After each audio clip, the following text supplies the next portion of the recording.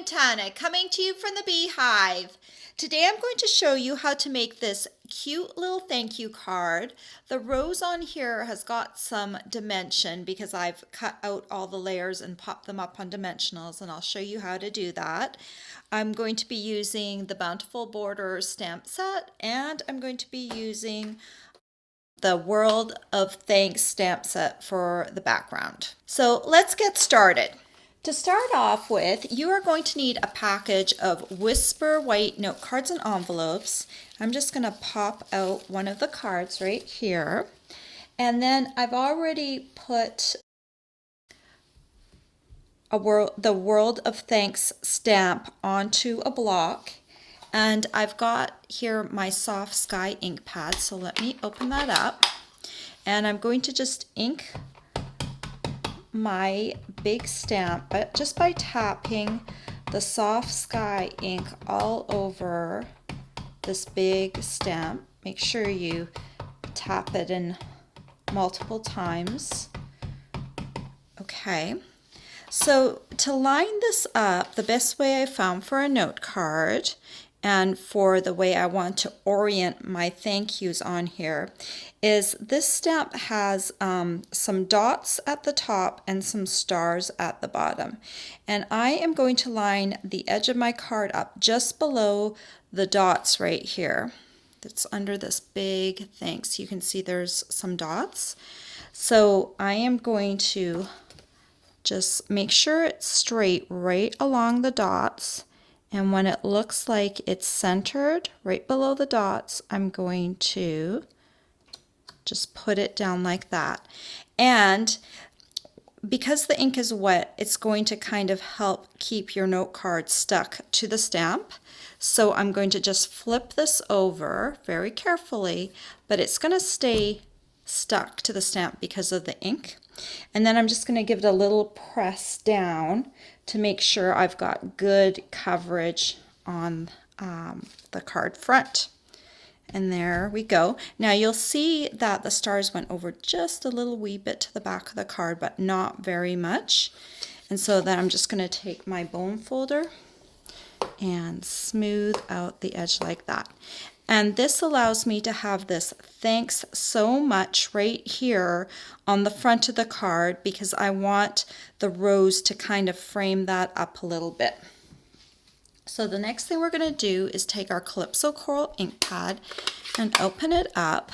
I've done the card also with different colors of roses, and I thought let's try Calypso Coral this time.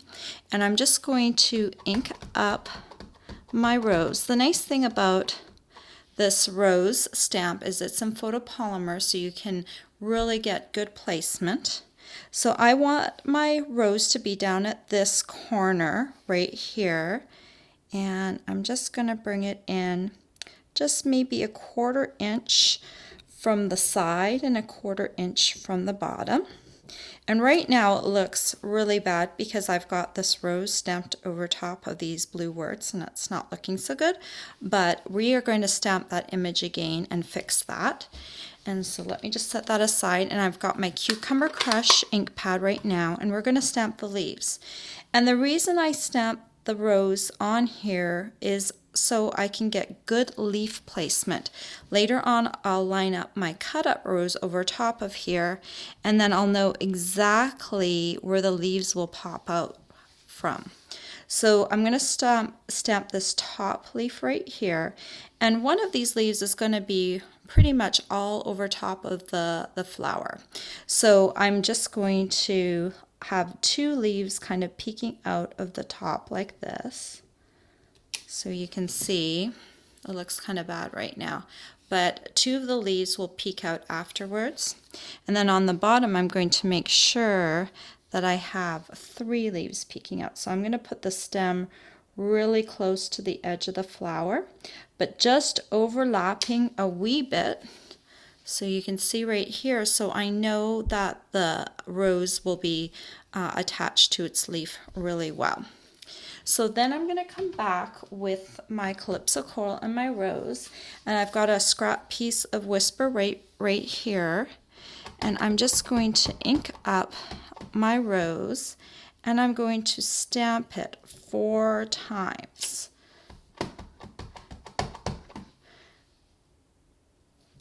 That's number 2. I'm trying to pick, when I tap this multiple times, I'm trying to pick up ink from multiple places because the stamp pads, it has the ink right near the surface. So when I'm pulling up the ink, it also takes some of the ink away. So if I move it around, I'm getting better coverage on my stamp. And then one more time. So now I have 4. And if you stamp some of these imperfectly, just pick the ones that are best for your full rose. So I'm just looking here, and I kind of like this rose I'm going to use right here, and I am going to use that one for my bottom one. So I'm just going to put my ink pad aside, and I'm going to cut this bottom rose out really quickly, just using my paper snips. I'm going to fast forward this.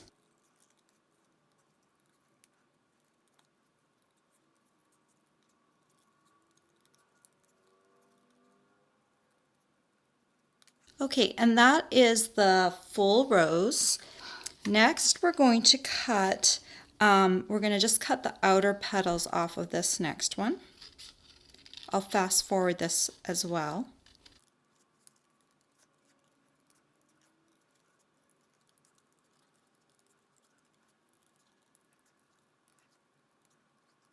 Okay, and there I have the next biggest piece of the rose. Maybe I'll orient them so you can see how they kind of line up.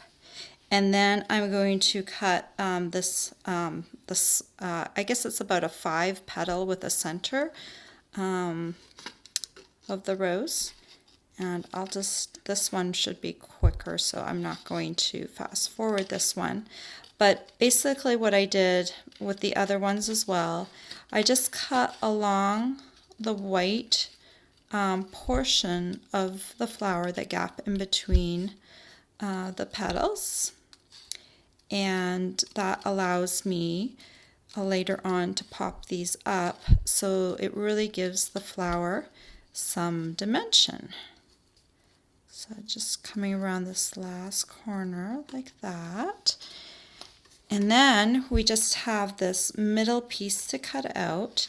And if you don't want your flower stack so high, this would be the piece that I would omit, and then I would just do 3 of them. But if you want a full stack, you can have 4 levels to this flower. Then you can do this like this.